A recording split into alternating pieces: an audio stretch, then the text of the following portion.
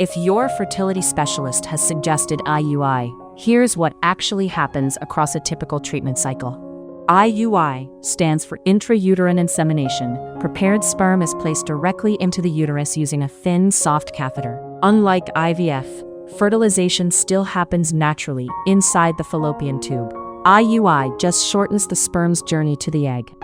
Doctors commonly consider IUI for mild male factor infertility, unexplained infertility, ovulation disorders, or when donor sperm is needed. The cycle begins on day 1 of the period. An ultrasound checks the ovaries and uterus before treatment starts. Many cycles use mild medication like letrozole to help the ovaries grow 1 or 2 mature follicles.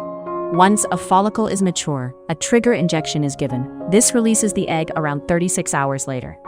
On the day of the procedure, the sperm sample is washed in the lab to concentrate the most active swimmers. The insemination itself takes under 10 minutes.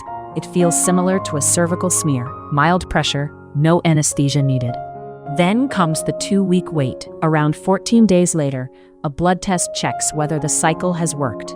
In favorable cases, per-cycle pregnancy rates are around 10 to 15%. Most successful pregnancies happen within 3 to 4 cycles.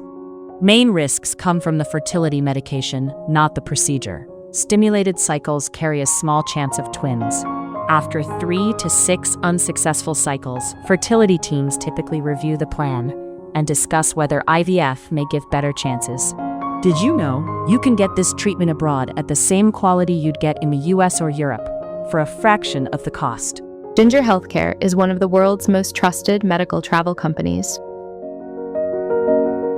It helps patients to find safe and affordable care in India, Thailand, Turkey, Singapore, Dubai, Malaysia, and more.